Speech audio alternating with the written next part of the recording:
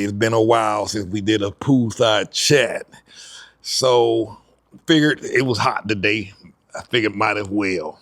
And the guy came to clean my pool, so why not? You know what I'm saying? So today, I'm going to kind of switch gears on topics and whatnot. I want to kind of talk about some of the different cultural differences that's here in Mexico versus the way things are done in the United States. Some of these are fun. Some of them are unique to Mexico. And I think some of this you might get a kick out of. So I figured I'd share some of this stuff to you with y'all today. And I wrote all of this out so I wouldn't forget. I want to make sure I cover all of them. It's a lot, so you might have to break this video up and watch it in segments. But Mexican cultural norms can be quite different from those in the U.S. and understanding them is key to a smooth transition. So, are y'all ready? So one of the things here in Mexico is the emphasis on formal greetings when you meet someone or when you greet someone, when you talk to someone. In the U.S., greetings tend to be casual. I can just walk up to somebody and just ask, hey, man, what time is it? Or, hey, can you show me where the ATM is? Or how do I get to the mall? Here, you don't start out that way. Every single time, you need to greet them. So if it's in the morning, you'll say buenos dias, before you say anything else. If it's in the afternoon, you'll say buenas tardes, which is good afternoon. You'll say that before you ask anything. If you don't say the greeting first, it's considered rude. So if it's nighttime, buenas noches.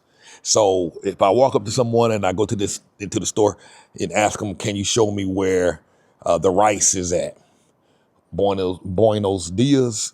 Can you tell me where the rice is at? Buenas tardes. Can you tell me where the bathroom is at? Buenas noches. Can you tell me how to get to the zoo? So essentially in Mexico, especially in formal settings, it's crucial to use respectful greetings like buenos dias, buenas tardes, buenas noches, followed by a handshake or a light cheek kiss. They don't do that too much here unless they kind of know each other. But whenever you can slip in a kiss, I take it. I take it. Also when you're speaking to your elders, older people, you definitely want to make sure you address them by the title, Señor, Señora for the ladies. So like I say, respect for elders, authority figures, and social hierarchies is highly valued here. Addressing older people with formal titles and showing deference are essential. So again, it's just really being polite.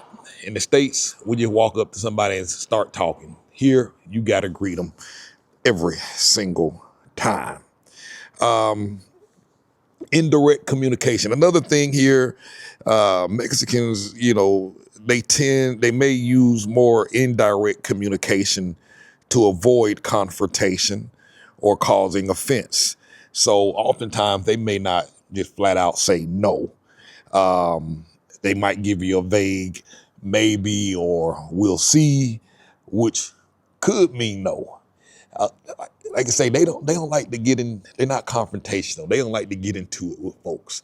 And I know in some other cultures, somebody, you ask for some directions and they don't want to look like they don't know. So they'll just make up some directions just so they won't have to sit there and tell you that they don't know.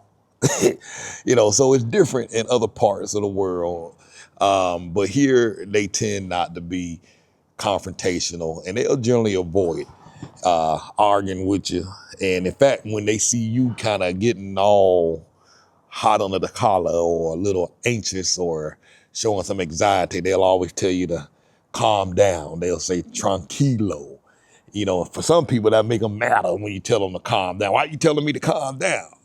You know what I'm saying? So again, I'm just trying to give you some some basic things to get around. Now, and we always talked about this. Mexican time is a real concept. Punctuality may not be as strictly observed as in the United States, especially in social settings. So being flexible and being patient is essential. That one's a tough one for most folks. You know, if they say they gonna come at 6, they ain't coming. Most of the time, they ain't gonna show up at 6 o'clock. And they ain't gonna call you. They ain't gonna give you an update. They ain't gonna tell you. They just gonna show up when they get there.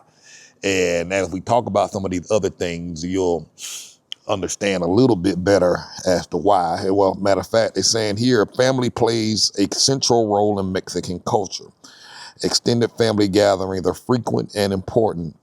Family obligations often take precedence over other commitments. So that, again, so when they say, hey, I'll be there at 5, but when they get home, they find out they got a birthday party for their niece's cousin, they going to the birthday party. They ain't gonna call, sometimes they ain't gonna call you. They ain't gonna tell you. They going to the party because that takes precedence. And that's just what they do.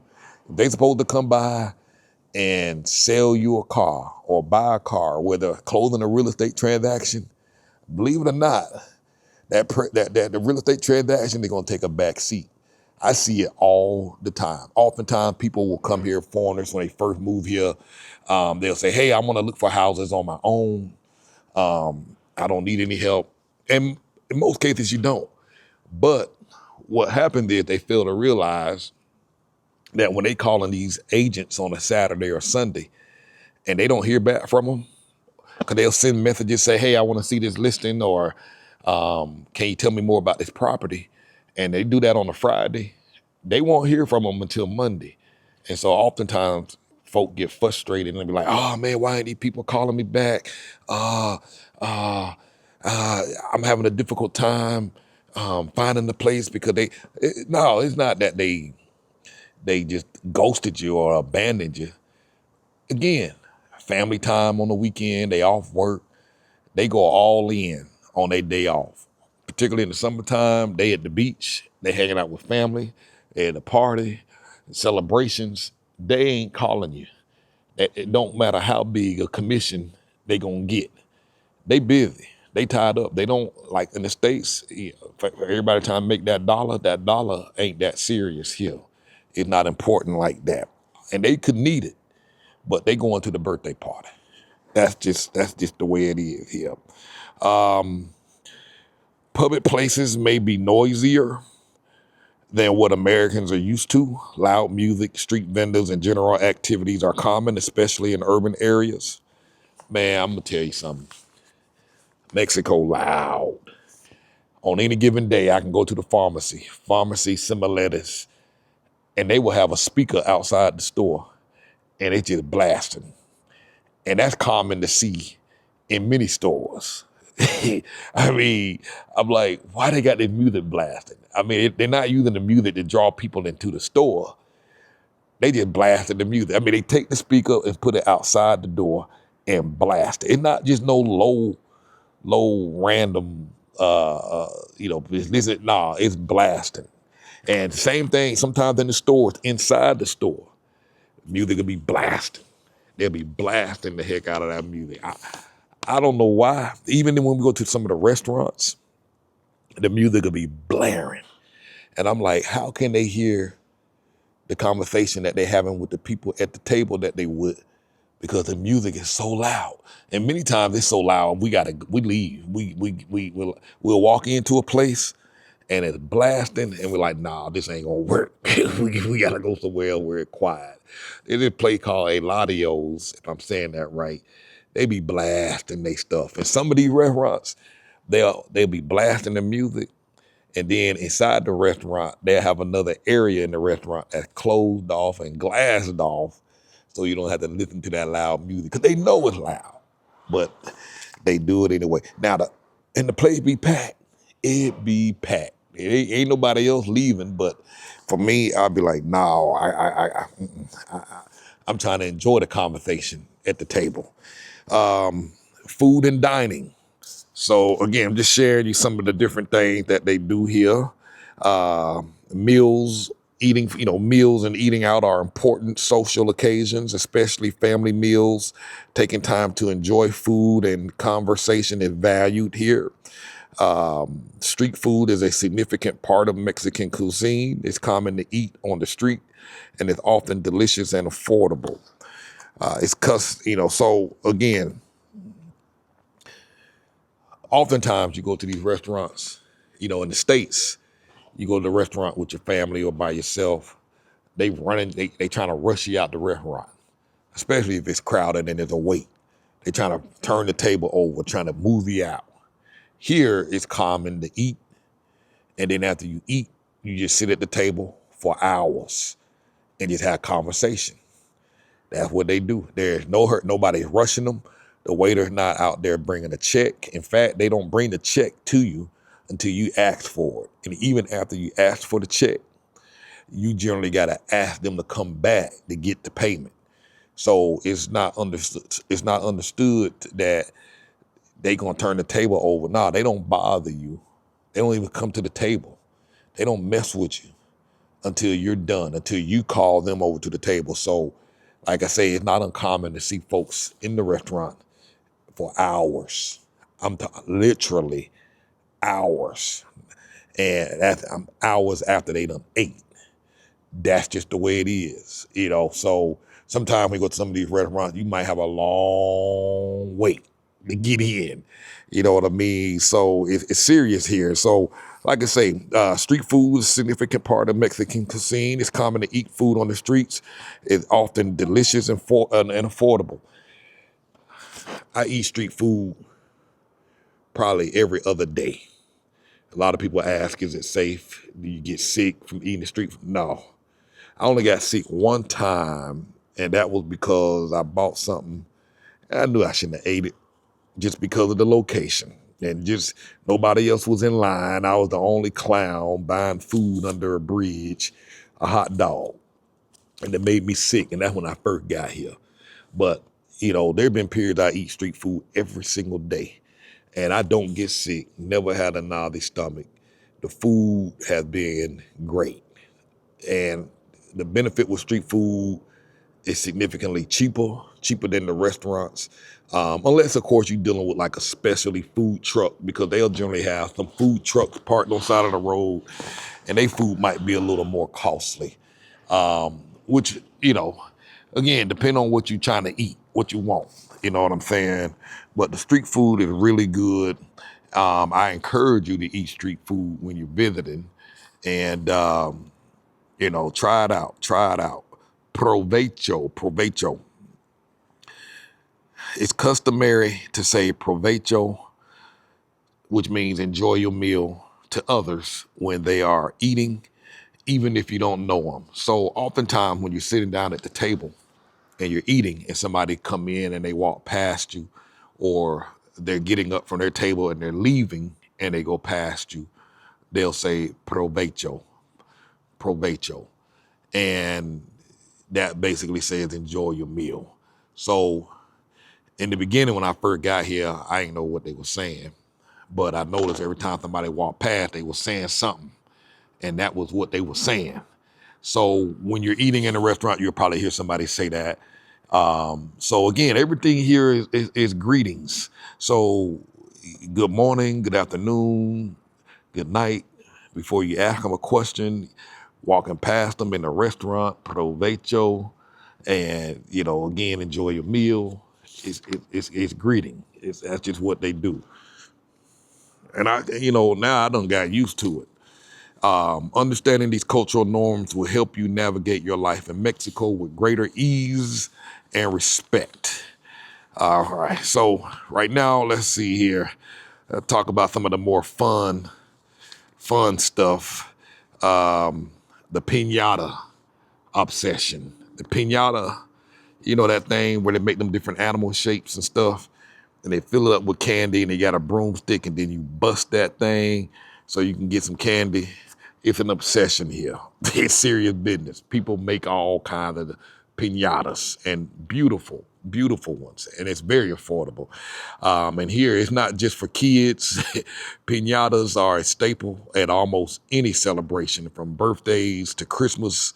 The sheer enthusiasm with which adults attack a piñata is a sight to see. I mean, they go crazy with that thing. They'll try to tear the head off. And if you standing nearby with that broomstick in their hand, you might get your head knocked off.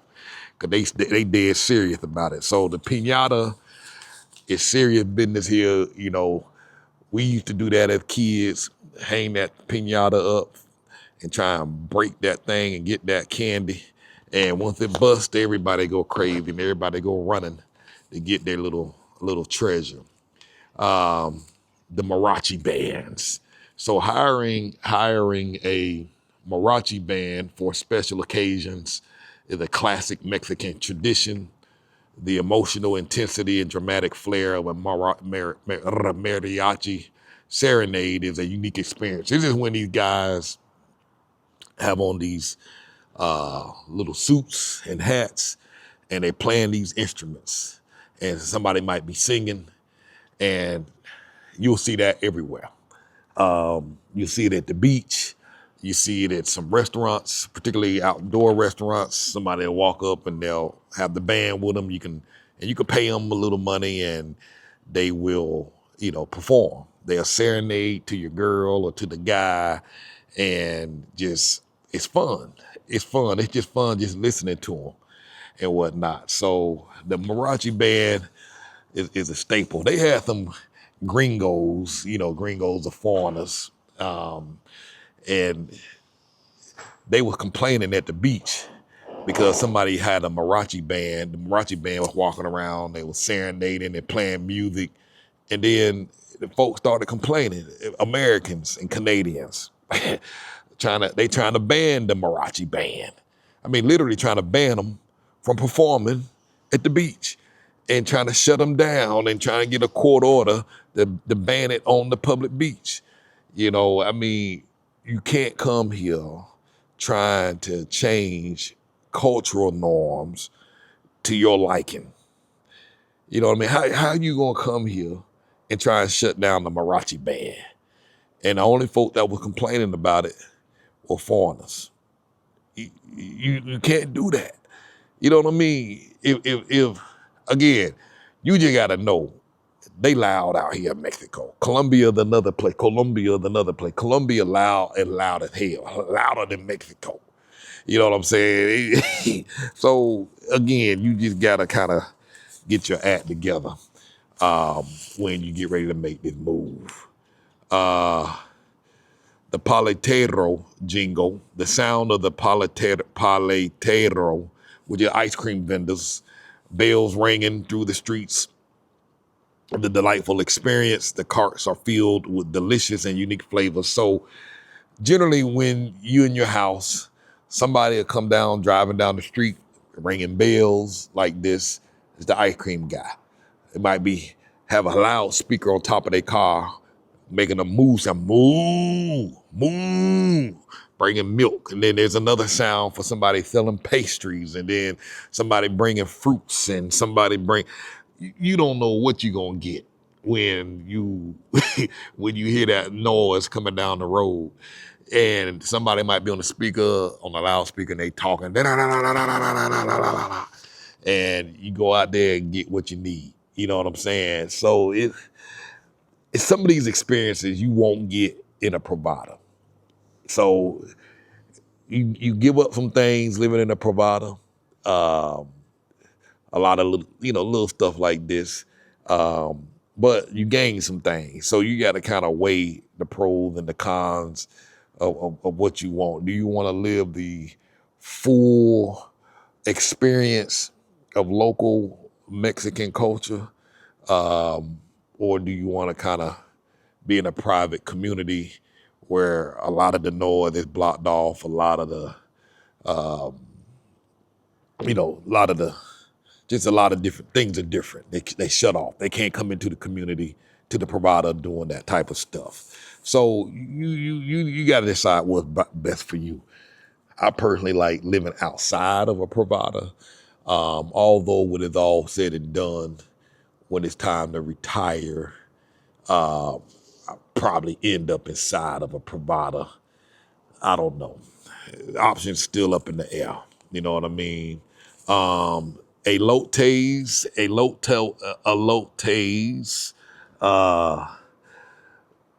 corn with the corn on the cob and corn kernels in a cup are popular street food snacks.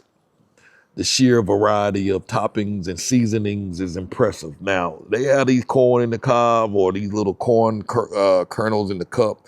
They got all kind of stuff mixed in there. Mayonnaise, I think it's mayonnaise. They got all these different seasonings on that thing. It good. You take a bite of that stuff in your mouth, it explodes in flavor. So you definitely got to try some of that stuff. When you see somebody on the road with a thing of corn, try it. Try it. It's really good. Tell them to put everything on it, or ask them what is the most common or typical one that people order and get that. Again, when you get here, try different things. Cohetes, which is fireworks. They use fireworks for everything. As mentioned before, fireworks are used on Saints' Day, fireworks for birthday parties, fireworks for Tuesday, fireworks for Christmas, New Year. I mean, they use it every day, everywhere. Again, like I say, they loud. So if you hear fireworks, don't be alarmed. Just a regular day. The love of regional dances. Every region has its own style of dance, and it is very common to see people dancing at festivals and celebrations. You'll see that, especially when you go down to Central, go to certain restaurants at night where there's music. Folks will just break out, dance in their cantinas. They just get to dancing. Everybody get to dancing. Men, women, children, adults, old folks, crippled folks. Their body is, the music come on. They gotta go with the beat, and they be having a blast. You know what I mean? So embrace the culture, y'all. The love of bright colors. Mexican culture embraces bright colors in everything from clothing to buildings. That's why you can go in some neighborhoods, you'll see a pink building, a yellow building, a green building, a purple building, an orange building, a yellow building, a gold building, you know what I'm saying, a black building, a white building, every color of the rainbow and more. Colors you didn't even know exist. You know what I mean? And again, if you want a little bit more conformity and what's the word, restrictions, providers might be the way to go, where you can have some kind of control over that. Many of the providers will have to approve certain colors. The modal taxis in smaller towns and cities, you will often see modal taxis and tricycles used for transportation and for hauling goods. They add a unique and colorful touch to the streets. So yeah, you will see these three-wheelers. Sometimes they'll be toting people. Sometimes they might be toting stuff, hauling stuff, whether it's water, big 5-gallon water jugs, or whatever. Sometimes you can flag one down, have them go pick something up for you and bring it back. The modal taxis, these little 3-wheelers or 2-wheelers or whatever, they hauling a little thing in the back where you sit down on 3 or 4 or 5 of you can squeeze in and haul a ride. Generally much cheaper than Uber. A lot of folk don't have cars, so the motor taxis is a way for them to kind of get around, and it's cheaper. So if I order the Uber, it might cost me $2 to $3 to get from my house to the center of Concal. If I flag down a motor taxi, it might be 15 pesos for the same ride, which is about 75 cents. So 75 cents versus $3 goes a long way when you're on a tight budget. Very reliable. You start riding these motor taxis, you start getting their numbers. So whenever you need a ride, you just send them a message on WhatsApp. Say, hey, come pick me up. The Zapatero on the corner. These are shoe repair shops. They are very common. You will often see them working on the street, repairing shoes, They have some impressive skills. They can refurbish your shoes and make them things look brand new. You got a hole or rip or seam ripped out, they'll repair it. If you need them shined and cleaned and restored back to their original color, they can do that for you as well. They don't generally throw away stuff here. They fix it. They repair them. Put new soles on your shoes. People keep their stuff. Another thing you'll see that's very common here is people will sell items out of their homes. It's very common for people to sell items such as food or clothing right out of their front door. They make it easy for you to support yourself. You want to make tacos and seafood. Just the other day, I was walking down the street. This guy had a big old sign on the driveway, on his gate door, that like a driveway. Talking about he sells seafood. Had his phone number on there saying we'll deliver. Have a QR code so you can scan it to get his menu.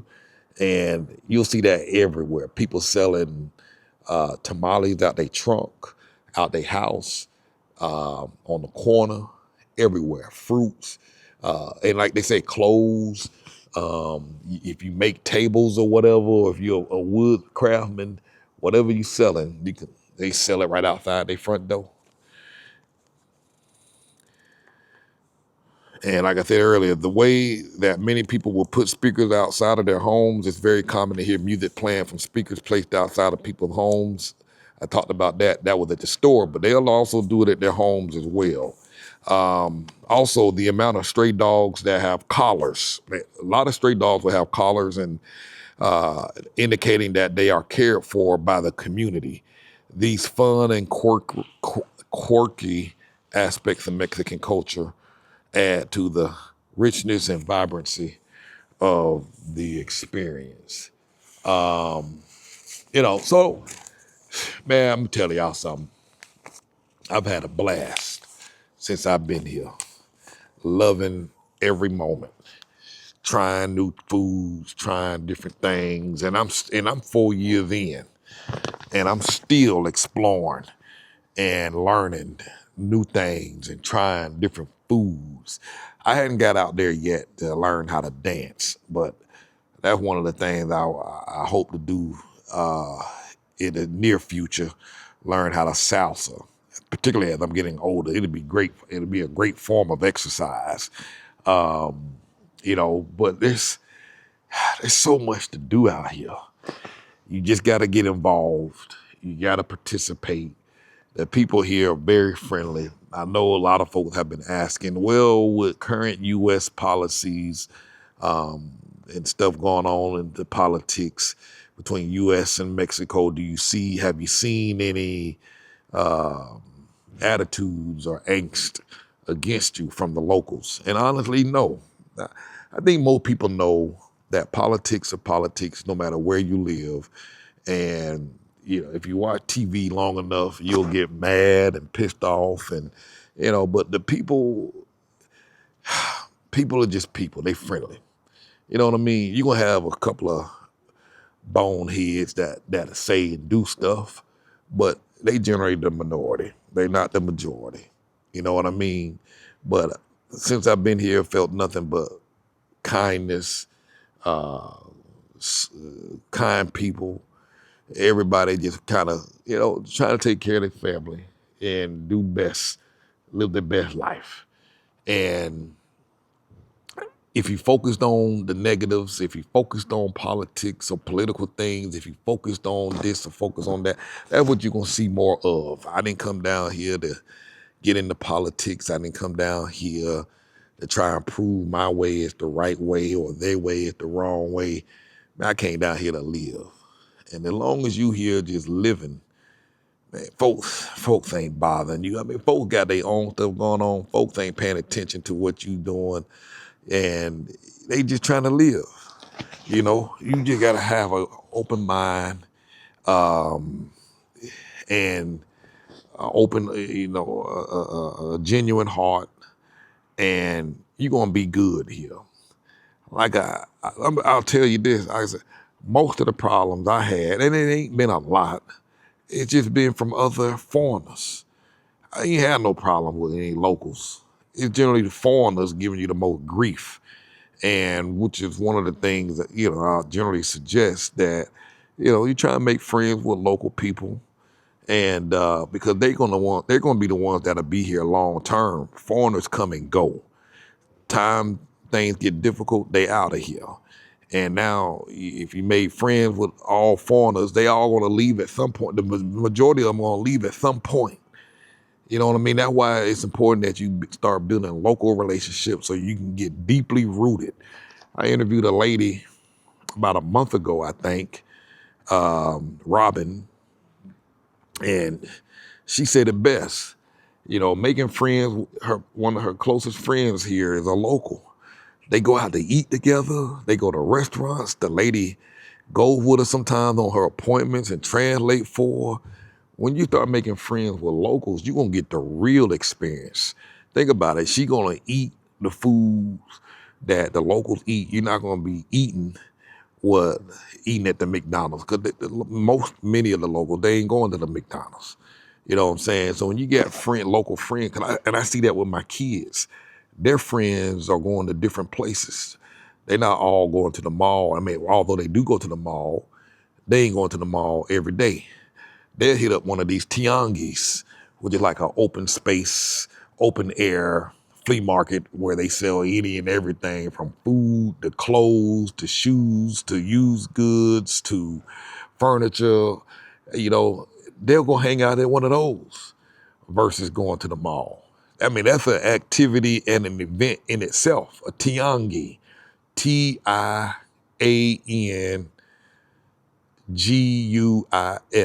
I think I spelled that right.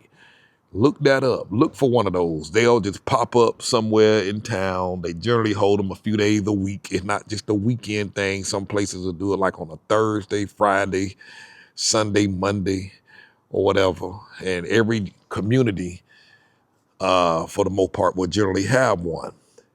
And I mean, they blasting music. It's an event. You definitely got to go. And depending on if you go to a big one, it's going to be full of people. And the food options are through the roof. You know what I'm saying? But you will only learn about these experiences when you have local friends, because that's their normal. And so if you're hanging out with all expats, you're going to be ending up going to these expensive doggone restaurants, blowing through your budget. You're going to be doing events and activities that are over the top expensive, because you're going to be doing stuff that you're familiar with from back home. You going to take a dance class will be super cheap, super affordable. But if you're going to take a dance class where all the foreigners go, you're going to be paying a nice penny. You know what I mean? Same thing with Spanish classes. You take these Spanish lessons from the popular schools, you're going to pay 10 times more than you would from a small school that teaches Spanish. So try and meet locals. And the best way you can meet locals is, a lady asked me today in one of my comments, how can I make friends? I think the best way to do that is to join some classes. And I've talked about this before. Go sign up for a karate class, sign up for aerobics, whatever your interests are. I'm not telling you to do these two, but whatever your interests are. Maybe you want to learn how to shoot pool. They got places out here that'll teach you how to shoot pool. Maybe you want to take sewing lessons. You want to be a seamstress. Maybe you want to take horseback riding classes. Maybe you want to learn how to shoot a bow and arrow, take archery classes. Or maybe you want to learn how to shoot a gun. They got those classes and programs out here. Figure out what your interests are and what you would like to learn, and join some classes. You want to do ceramics, learn how to make bowls and lamps and pottery. They got classes. We took some ceramics classes and had a blast when we were going, and met some, we were the only English speakers in there, but foreigners in there, but there was a couple of people in there spoke a little English.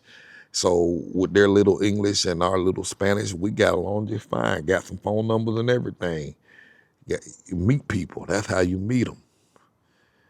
You know, like I say, this is a reset for many of you, and you're trying to identify who you are now, because for many of you, you were a mom, a dad, a caretaker, and now the kids are gone, or you worked for 30, 40 years, 20 years, and now the work is over. Now you trying to identify who you are, and you resetting. So you kind of just have to sit down and just kind of start thinking through, who am I? What are my interests? What do I like? And one of the things that I started to do, when I was young, I used to like to go shoot pool, billiards. And so, every now and again, Robin and I will hook up and go shoot pool. I used to like playing football. I go play football. I always wanted to learn how to shoot archery. I haven't taken the class yet, been thinking about it. I wanted to take flying lessons, but I ended up sick for a few weeks and I missed the class when it started. But I met another young lady whose son is in school getting his pilot license. So you want to learn how to fly, they got a school here. Whatever your interests are. As a matter of fact, I need to look and see when that next class starts. But whatever your interests are, you can do it. I know Robert, he loves day trading, teaching people and he's teaching people now how to day trade. And, that's his passion. That's what he liked doing. That's what he liked talking about. So he does a lot of trading lessons online. And check out his website, www.slowlifetrading.com, slowlifetrading.com. Learn a new skill. That's what I'm saying. Whatever you wanted to do, this is your time. It's on your terms. Now you get to dictate what your life look like. You got to map it out. You got to draw it out. You just have to sit down with yourself and sort it out and figure it out. You know what I mean? It's not gonna. This stuff and these opportunities are not just gonna show up. You got to have a general idea of what it is you want. And once you can identify what you want and lay it out and write it up, then it'll show up. But if you have no idea, you'll stare right at it and won't even realize it. So, we have a course on the site, moveabroadandthrive.com.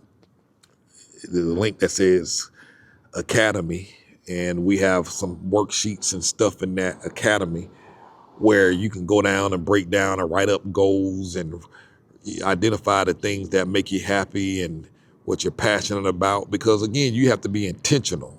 So I encourage you to sign up for the Academy to get access to that, because ideally it's better for you to know these things before you get here. Don't show up here without a plan. You need to have a plan. You need to have a plan of action. You got to have a general idea. It's not random. The people that make it here and survive long term and live long term, it wasn't no accident. Anybody, and I say this all the time, anybody can move here. Staying here is the trick. That's the hard part, staying. And if you don't have a plan, most of you ain't gonna stay. And it doesn't matter which country you go to, you will have the same problem. And that problem is you.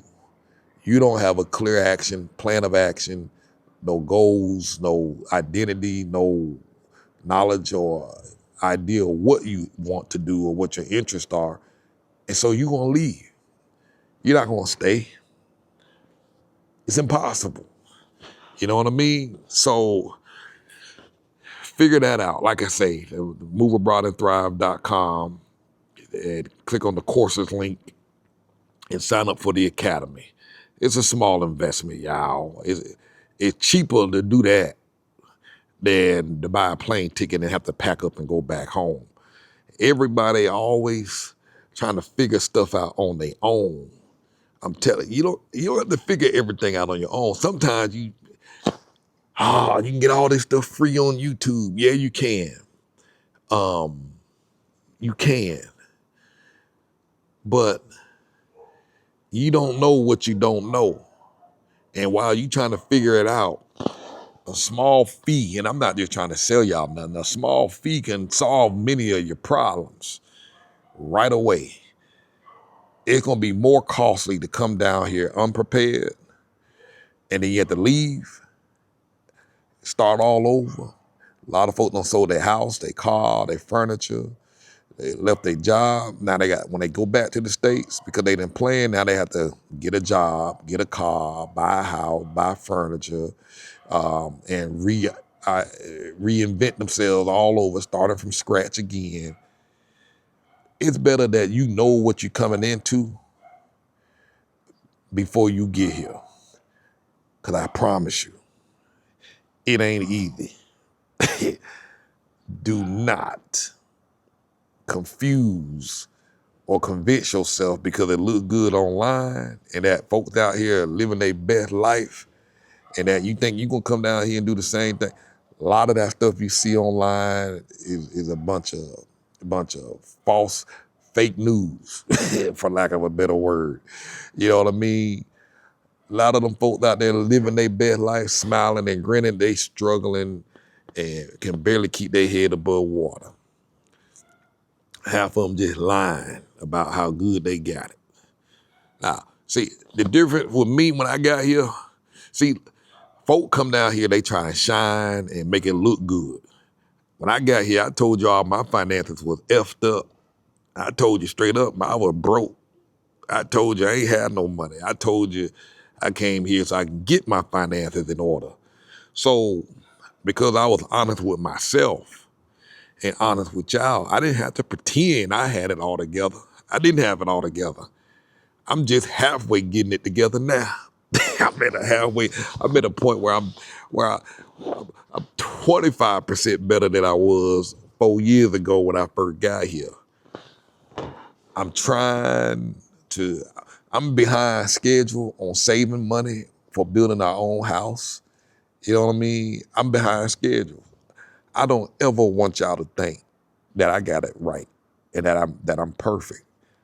Far from it. Regardless of what you see and hear and think, you know what I mean? No, I'm still figuring it out.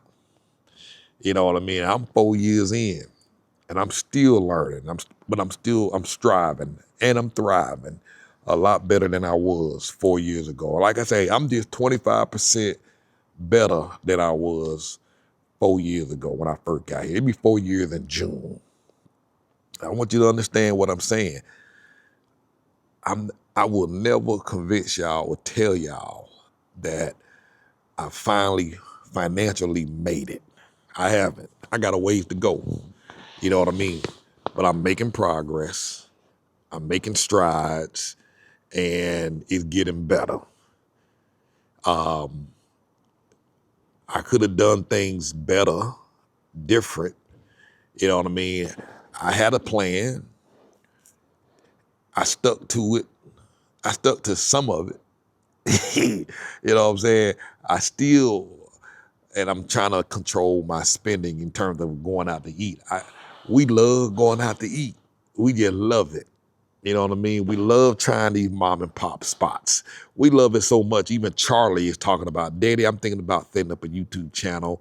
And me and Bella, which is her best friend, we just gonna go out to these different restaurants and just kind of give reviews on them. You know, not the normal name brand restaurants, but she was like, you know, maybe the restaurants will give us some gift certificates or whatever, or give us a couple of free meals if we, you know, talk about their restaurant and get viewers over there, you know. But that's how much we like to eat. We love going out to finding these gyms, these mom and pops. You know what I mean? And so, but that's one thing we like to do. And we spend a lot of money eating out.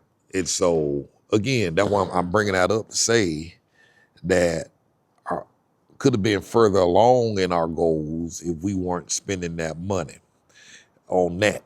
You know, but I still want to be able to have some little bit of things that we enjoy doing. You know, some people are more frugal and more disciplined than I am, you know, But I'm happy to be 25% better off than I was, 25% more than I was 4 years ago. So don't get here. That's why I brought all that up to say a lot of folks give you the impression that things are going smooth and things are going great when you watch their YouTube channels or their video feeds or their Facebook feeds or your Instagram. I know for a fact it ain't all peaches and cream for a lot of them. It just ain't. You wouldn't believe the number of stories you having to hear people having to go back home because they ran out of money or they lost their job and then they got sick or they missed their kids or they missed the grandkids or something happened at home with the parents. Now they got to go back. It's a million reasons why a lot of folk go back home and why they sharing the best part of life. They don't come back and update you that they had to leave. So don't ever get confused in what you seeing online as is being successful. No, most folks are struggling. A lot of folk that you see, they sick. They got illnesses, they suffering during the day. And remember, you just seeing a clip of their life on that Facebook feed. A lot of these folk is hungry. Cortez, can I borrow a couple of $100? I just want to buy some groceries. You know what I mean? You wouldn't believe how many times I'll get that. I need to buy some groceries. We don't have no food. It happens. It happens. You know what I mean? But you gotta focus on your needs and coming up with a plan so that you can successfully stay the course, however long that is. Again, a lot of you don't need to stay here for 20 years or live out the rest of your life here. Because others that I've met that are coming, they just like, man, I just got to get straight for the next 5 years. I'm starting over. And they just need to be here for 5 years or whatever. But you got to know what it is you're trying to achieve and what you're trying to do. That's very, very important. I don't want to downplay that. Know these answers before you show up. Don't ever convince yourself that you're coming down here to have a vacation. Because our first 2 years was very difficult. Everything that could possibly go wrong went wrong. And I didn't factor none of that stuff into the equation. Never in my lifetime did I would think that, when we first got here, Haley got sick. You know what I mean? About a year after we've been here, right about 9 months, she started showing symptoms. And, we got it diagnosed schizophrenia. And the 2 years after that, rough. That's on top of trying to learn and navigate the medical system in Spanish, where we didn't know the language, trying to navigate that system with her illness. Dealing with the illness alone, a new diagnosis of schizophrenia alone would have been difficult in America. But we're trying to do that here, where you didn't know the language, you didn't know how the healthcare system worked, paying cash for everything. It was, oh my God, it was difficult.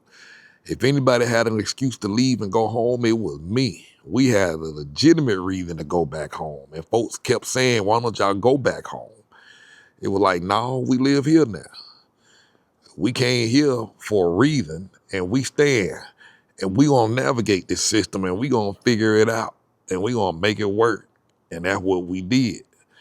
Because I didn't have a plan for living back in the States. I left the States because I realized that the goals I needed to achieve wasn't gonna happen now. So it was rough. Then I got sick, then I needed surgery. And the finances and the money that I had saved, it got wiped out between Because we was in the hospital system almost every day for 2 years, going back and forth to the emergency room. You know, if you're familiar with schizophrenia and what it does and what people tend to do with schizophrenia, it was scary. We didn't know if that girl was going to be alive. They know if we can walk in the room and she was going to be alive. And she slept in our room for about 6 months. So we keep an eye on her, had to watch her everywhere, all day. So might have looked like we was having a good time in Mexico. Man, we was terrified about, her. But then we finally got the right doctor, finally got the right medication, and then it all got better. So my point is, things happen typically without warning. And just like you had to navigate it in the States, you had navigate it here. And for some people, trying to navigate it in a foreign land is too much. So this is real talk. Real talk. Know your plan before you get here. Know what you're going to do before you get here. Know what your goals are. Don't just show up and talk about you're going to wing it. No, it ain't going to work that way. You already need to know what you got going on before you show up. I promise you. I see a lot of people get here, again, they bored. They stay in the house. They don't do anything. And 3 months later, they gone. Know what you're going to do before you get here. At a minimum, every one of you that don't know no Spanish need to be enrolling yourself in a class. Day one. The moment you get off that plane and get your place, put your behind in a class. Even before you find your place, put yourself in a class. That'll give you something to do. I'm talking about a class where you, not online, but a class where you're going to be in with a class with other people. So you can start meeting folk right away and start learning this language from day one. Do not delay. Do that ASAP. I tell everybody that, nobody listen to me, myself included. You know what I mean? So, but I know how important it is, knowing the language. Not knowing the language wasn't going to run me out of here. So I'm built different like that. But I see so many others that aren't built like this, and they get in the class ASAP. You gonna hit 2 birds with 1 stone. You're gonna start learning Spanish right away, and 2, puts you in a position to start meeting some friends. And so I was excited to join. I started back taking the class a week ago. I was looking forward to taking the class. Me and the girls signed up, me, Haley, and Charlie. And it was going to be going 4 days a week for an hour. And we went to the first class, and, just wasn't for us. I had some great teachers that I had through Zoom classes. So when I went to this class, I thought it would be, the online teachers set the tone, set the precedence for what I was expecting, set the bar. And so when I took this class, I felt that, okay, is not, the bar not set, it's not up. So I was disappointed because I was finally built up the time and the courage to put myself in the class and say I want to stay in the class until December 31st. Because I was intent on learning this Spanish. So now I'm back looking for another class. You know what I mean? And like I said, I was looking for it. I put it on my calendar for the whole year, the rest of 2025. I was ready, but I gotta get another class. So do the work. Check out the course. Join our VIP program. I might add the VIP. I might add the Move Abroad and Thrive program to the VIP membership. So if you join the VIP membership, I probably will. I'll throw the academy in there for a limited time. I'm gonna say that. It may not be forever. I won't keep that up forever, but I'll for the next 30 days, I'll include the Academy course in the VIP membership. So, and you can learn more about VIP membership at the website, moveabroadandthrive.com/VIP, or you'll see a link at the top that says join VIP. Click on that. Inside of VIP, you can ask questions. There's a section in there called Ask Cart Test. You can ask questions. I'll typically respond within 48 hours. I might need to change it to 72 hours. Super busy, and sometimes I don't have, but I definitely will respond within 72 hours. Also, I pay a lawyer.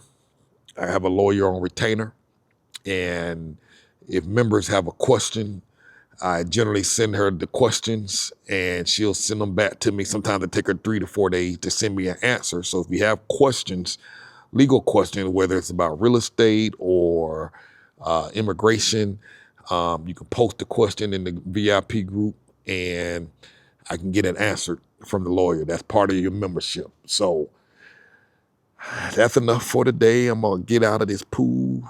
Well, I'm going to play around in the pool a little bit longer and then I'm out. Y'all have a good day. Thanks for watching. MoveAbroadandThrive.com. Share, like this video, and pass it on to your friends.